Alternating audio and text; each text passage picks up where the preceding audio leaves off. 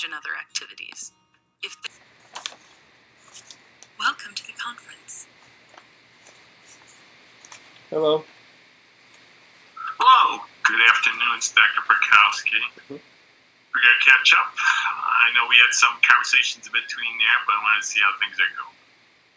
Okay, so first I would like to address the elephant in the room, and that's the drastic dropping of those medications the way you did, the way John Floyd did in Louisiana, and how when I first moved here, Dr. Salinas attempted to do the same thing.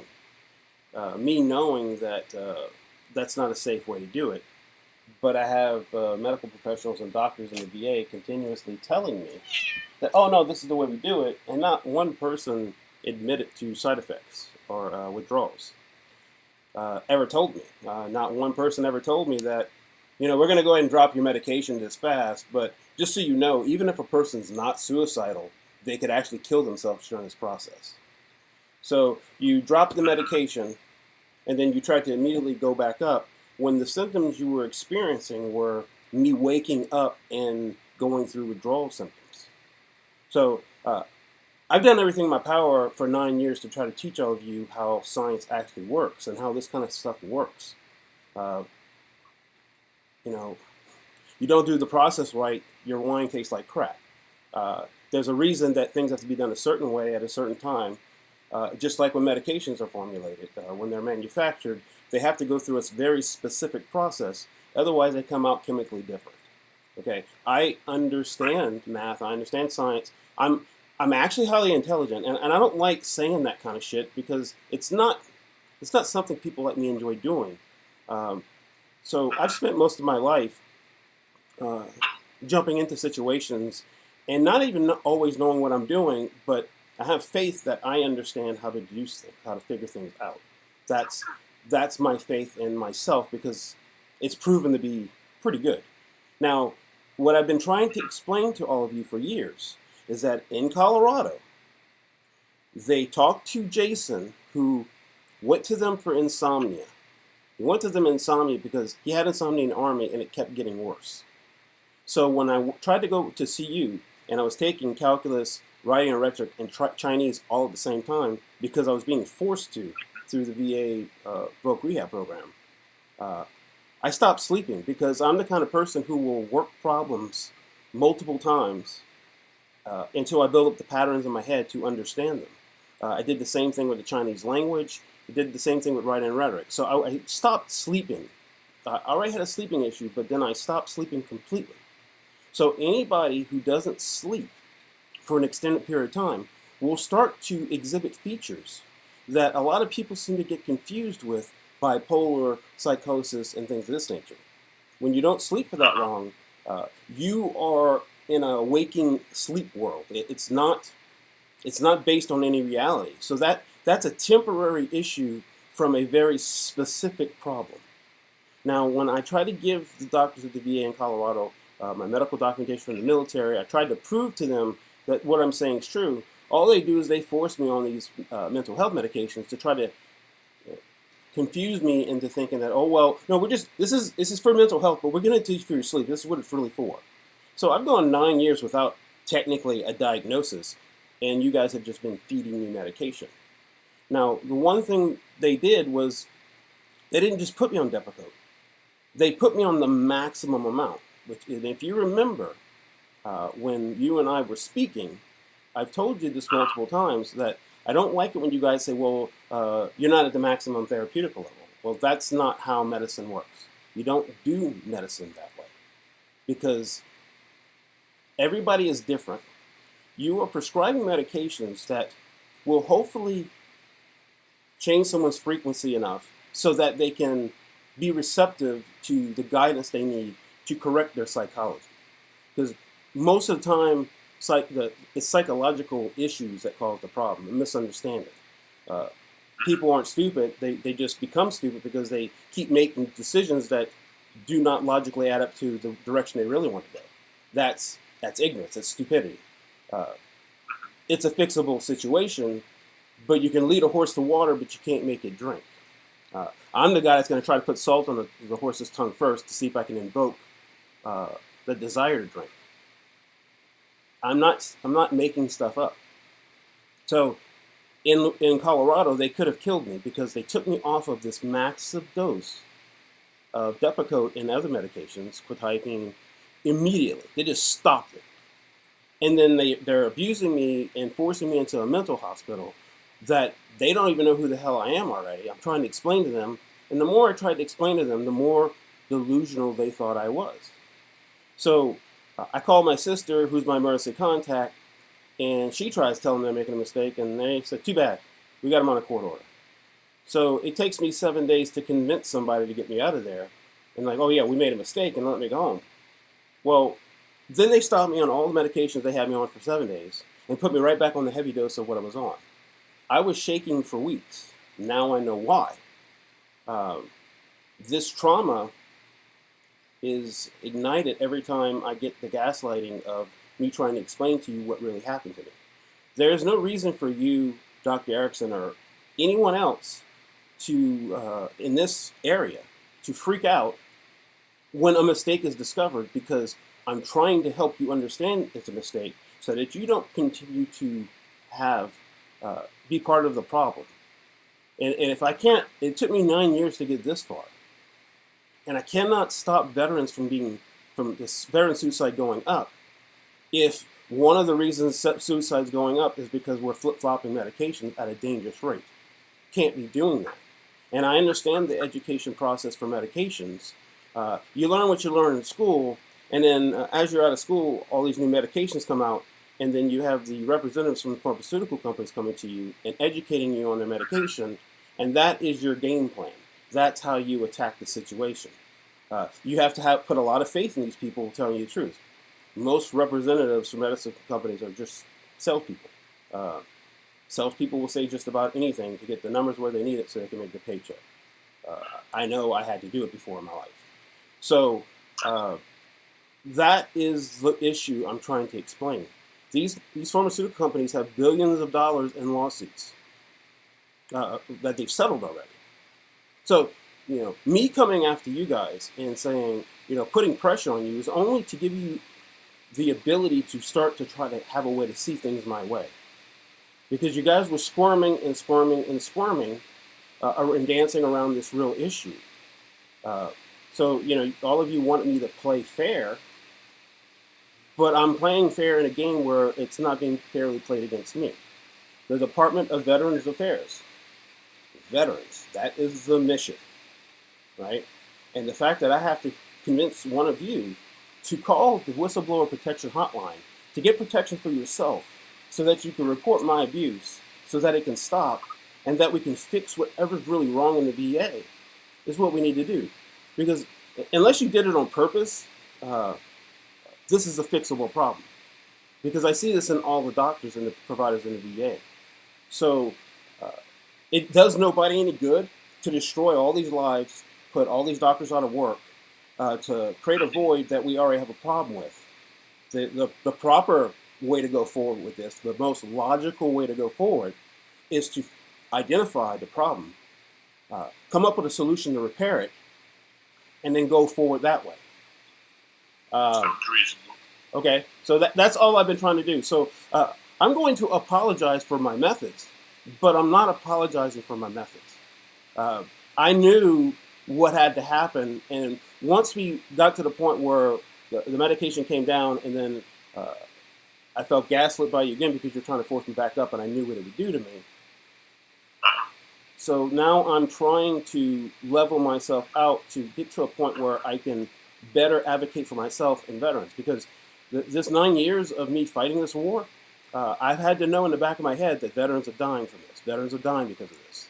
Now, why I'm going to explain this to you, because I feel like this is a teachable moment for everybody, and if you guys aren't recording me yet, you should be. You should have started a long time ago.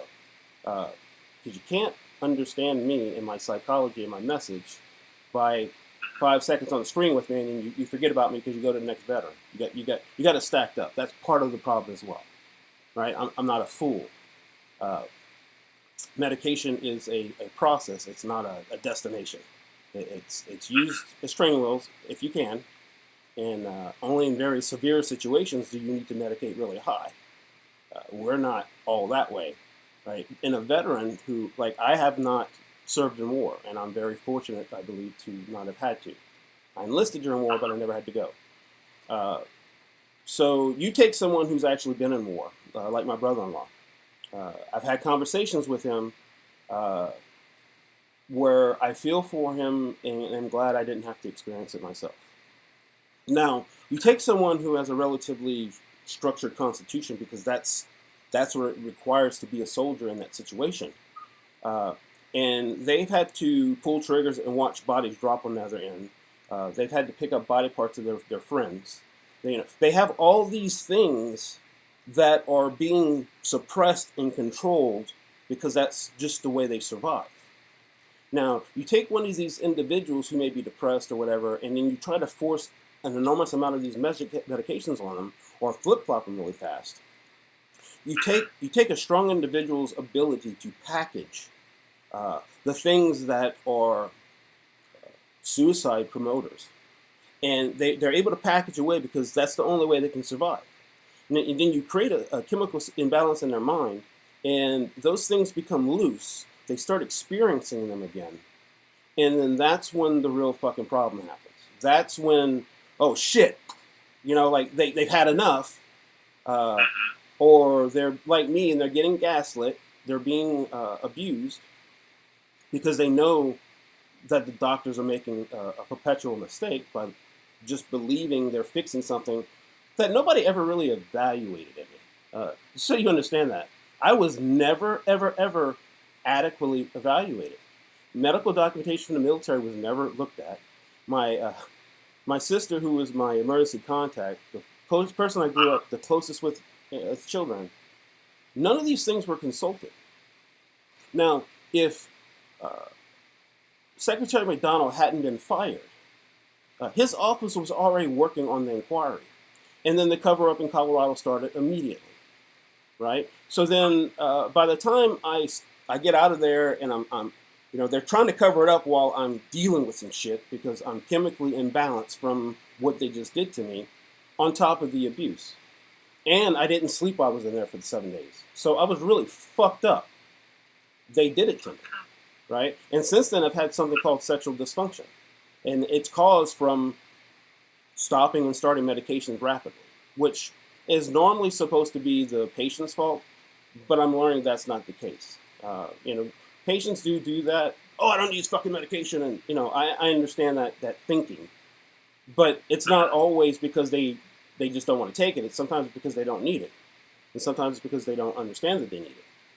There's a different reality for everybody, and you can't just hear things and start throwing pills in people's mouths and then take their blood and say, oh, well, we can put more of that in you. And that's not right. So the research shows what, in the beginning, I'm like, why don't you do it this way? But the research shows that the psychologist is probably the best person for the job. So you go in there and you meet this person, you talk to them about your life, your feelings, and what's going on inside of you. They get this picture of who you actually are. Then they can take that information and start prescribing you medications in specific directions so that the next time you come to see them, they already know who you were before, and they want to see how it's impacting you on a regular basis. Because it's a conversation with a psychologist. With psychiatric doctors, you just get thrown medication, and they got to go to the next person. And while I want you to help the next person, if you're going to help everybody the same way, and it's wrong in my opinion, and I'm not just saying that, I mean, it's wrong. That's a problem for me, and I'm taking other avenues right now, multiple other avenues, because this is not a war I can win in one direction. I already figured that shit out years ago. I just didn't anticipate when I got to this point the resolve of the VA cover-up machine. So, for the sake of everyone else in the class, I'm not in a rush to get my medical records changed. I wanted them to physically mail me the documents so I would have them, because I'm not stupid enough to say, okay, go ahead and delete all the evidence. Here's my request. You can delete all the evidence and help you with your cover-up. I'm not fucking stupid, okay? I'm not. And I have copies of those things that I got from the VA, burned to a DVD. I mean, I have the evidence the VA gave to me. So I know this shit's real. And the thing that pissed me off last year when Dr. Smith called me to do the investigation, he's the asshole who I got to sit down with me and realize that they made a fucking mistake. Right? So all these years later, he was a hero until then, only for me to find out that he was part of covering it up. The documentation's lost, this, that, and the other, and it wasn't. I lost my gun rights. You can just fax shit to the courthouse, and it gets processed, and fuck me, right? And then I have to spend tons of money in a legal process to fix something you guys broke. Not you, but the VA. And I've been saying this clearly since we began, that I look at you, you're wearing a VA name tag. I don't give a shit that we're in different states. I don't care what the legalities of it, state, federal, it doesn't matter to me. Because you better believe I'm going to use every tool I can find to attack this. My goal is to not take you away from your family. It's not to take away your job. Because as far as I'm concerned, this is a systemic problem in all of medicine, not just in the VA. And it does me no good to destroy someone like yourself for doing something that he was educated to believe he was doing the right thing. That does me, you, and humanity no fucking good whatsoever.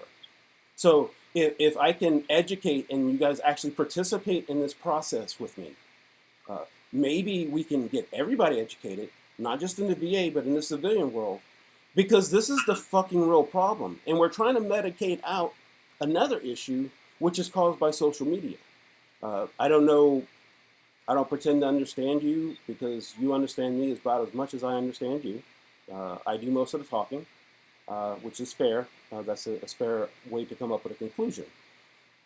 But social media, because of the way programming and logic works, the way social media is used, it's designed to make money. So anything that makes you happy, warm, and fuzzy are the things that are marketed to you so that they get the maximum amount of follow through on purchases and clicks. That's their entire game. That's how they make money. Now, you take a situation, and we're not making this political, but we're making it political for the conversation. Now, you take this new technology that kids who dropped out of college, who didn't take ethics, start programming. They're geniuses in the realm of coding. But a genius in coding does not make a psychologist and does not understand the consequences of the psychological machine, doomsday machine they're creating, because they don't see it that way. So now you have this massive problem of people on the right only getting fed what they want to hear and see, and people on the left the same, and it creates this divide that eventually causes Americans who care about America so much to storm the Capitol, terrorize people, and loot it. That's counterintuitive to what they're pissed off about. It doesn't compute, right? So I make it political from that standpoint only. Now, to help you better understand, I figured, was it 2013-ish or something like that, Edward Snowden comes out. His message was very specific about our intelligence. And his leaking was very specific about his internal understanding of our intelligence and what he felt was wrong, and his leadership wouldn't listen to him. Well, a few years later, I have a lot of time on my hands, and Facebook's a relatively new technology, and I'm watching it develop. And at one point, I'm like, okay, I'm disabled, but I might be able to do this, because I see what they had something, and I don't think they really understood what they had. Right? This isn't me saying I invented Facebook. This is me telling you that once upon a time, before 2015, I tried to apply for a job with Facebook, thinking that my understanding of programming and things of this nature would probably make me a good manager and project leader to come up with new ideas on how to promote how to get them to make profit. And one of the things I said was, your website makes you money when people stay on it. So you want to understand your customer. And when they click like, maybe you just start showing them immediately 3 suggestions of something that might also entice them. Instead of consulting with me, they just took what I said and ran with it and just kind of gave me the bird. So then I start seeing this shit come, like immediately, because Mark Zuckerberg was quoted as saying, You don't need years to develop. You could do things overnight. And, he's not kidding. When you have a psychological machine of that nature and you can change code overnight, which you can, the results can be fucking disastrous because you're playing with psychology. And that was the main tool Hitler used in what he tried to take over the world. Okay? So this is history repeating itself in a different way. But now this technology, nobody understood it. In 2015, when I realized they weren't going to listen to me, I tried telling the government. The government didn't listen to me either. And it's entirely too close because the documentation of the day of my hospitalization that shouldn't have happened, if you remove all the twisted language in it of the 24-year-old or 28-year-old who didn't know what he was talking about, understanding, and you see what's going on now, there's your sign, right? I was trying to tell you guys. Now, so I get tortured and abused for it. I had also reported the Denver VA for the secret list because I got put on them. I watched other veterans get put on them. So I reported a few things thinking that, psychologists will have to understand this shit. And I didn't realize that at the time that was a massive flaw in my psychology, expecting people who have an education in that field to understand it. So I get abused, and this is going on for 9 years now. So a few years ago, we need to finish this. A few years ago, the guys who programmed it did a documentary telling us exactly what they were doing and why these individuals left. Now, everybody's fucking freaking out because nobody would listen to us. Now, everybody's freaking out because of what dictatorship. Now, to go to the medication, because we need to have that conversation, the information I gave Ken last week, did I put that document out? So, give me a sec. Oh, here it is. So, I told him that on 2/26/2024, I dropped the Depakote to 200, the hydroxyzine to 50, Lamotrigine to 50, and the mirtazapine to 30. On the 29th, because the 30 milligrams of the mirtazapine, it wasn't needed in high dosage to counteract what the Depakote was doing to me, so it hit me like a ton of bricks. It was a very unsettling feeling. So the next night, I dropped it again to 7.5 milligrams.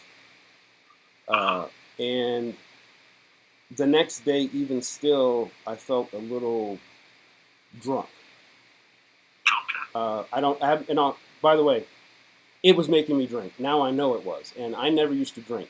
The second we started coming down on this medication, I have not desired to drink, not even once. Right? So my hemochromatosis was a generation of me put on a medication that made me desire to drink to solve the problem that it was creating. So then I started having hemochromatosis. They said, oh, it's a very, very rare version that almost nobody ever gets. Well, because most of the time, I'm sure it's because people were drinking. Well, alcohol increases the absorption of iron in the blood, which is what I was experiencing. Now, going through Louisiana and here, Dr. Zhang here at Illinois Cancer Care, he's a hematologist as well as an oncologist, and that seems to be the job. If you're an oncologist, you're both. So he's the one that detected acute kidney injury that Dr. Chidavu did to me. He's a very intelligent guy, and talking to him, and then previously to forgetting his name. So talking to them about the alcohol, and they're like, that if that's what was going on, it's probably really what's wrong. But they also don't want to get caught in malpractice because they were all pencil whipping a diagnosis that the VA gave them that had some medical legitimacy to it, so they had no reason to not believe it. So they're like you and the rest of the doctors today, that they're very slow to correct in a way that they don't want to get in trouble. And if they didn't cause the problem, it can't really be their fault to be a miracle worker and instead of practicing, they're just fixing shit, because that's why it's called a practice. You don't know what you're doing every single time. So I removed that completely on the second. I also dropped, and I dropped the hydroxyzine by another 20 to 25 milligrams. Because I was noticing the hydroxyzine was causing the anxiety. I've been told to take 2 of them every night, and apparently that stuff's addictive as well. Just as if I was taking painkillers, it's my understanding that when you don't take them, it causes the pain to entice you to take them again. So I dropped that down to 25 as well on the second. The third, because it was easier to cut a 250 in half, I went down to Depakote in 125. I dropped the hydroxyzine to 0, the lamotrigine still at 50, and the mirtazapine's at 0. So as I'm coming off of it, I'm getting better, in my opinion. And the lamotrigine, are we still on there? So the goal is to come off the lamotrigine as well. I'm trying not to do it too fast because I need to be able to control. Like, this is day 2 of being on the lower dosage of the Depakote, and I can kind of feel it. I'm having the sweating and things of this nature. So instead of dropping it 50 like I was going to, because it was easier to cut it in half, I dropped it to 125. And, I'm starting to have some of those symptoms again, but it's not like dropping 500 or 250 milligrams all at once. It's not the same. And this may be different for somebody else. This is just my body, and I'm intuitive, and I'm paying attention because I don't know that I need to be on this medication anymore. And that's what I really feel. Now, for most of... Oh, yeah, so I was going to explain that. So for the last several weeks, I hadn't been taking Zolpidem at all because one of the side effects is I wanted to sleep all the time. And with the mirtazapine and taking that slowly off, the sleepiness subsided a little bit. So the last couple of nights, I've taken only a half of the Zolpidem. I will probably need that on an ongoing basis, I think. But if it's sleeping, I don't want to take a bunch of other crap to fix something that can be fixed with one pill. Because I'm going to tell you right now, the Depakote was causing me to be bipolar. It was actually causing me to be unstable. I was making decisions and doing things I normally would not do. And imagine being a prisoner in your body, being forced to do shit you didn't want to do, knowing this isn't how you want to behave, this isn't how you want to act, but because you're isolating yourself and you don't have any other real options. If anybody who was close to you has already run away because it's like I was on drugs. These are mind-altering drugs. People didn't know how to deal with that shit. And I don't necessarily blame them, but they're not going to forgive me anytime soon either. So this has to come off. And, I don't care what the fucking rules are. We should be able to try the insomnia medication. If maybe the insomnia medication is the thing we should try. I need to do research on it to make sure that I understand what's going to happen when I do. But I've been being forced buckets of pills every month for something I didn't need them for. I'm guessing that if we're not throwing that money in the trash anyway and poisoning me, that we can actually fucking afford to buy some test medication of the insomnia medication to see if that actually fixes the problem. Otherwise, I'll keep taking Zolpidem at whatever levels I feel like I need them. It may be as much as a half or even a quarter of a tablet, and I'm going to use the least amount necessary once I learn the pattern. But now I can do this shit better because I can think, right? I was mentally castrated, and I need you guys to understand that and take it to heart. I'm not trying to be an asshole. I'm not trying to hurt you. Understand? I rattled you because I rattled you because I felt like that was the only way I could get you to be receptive.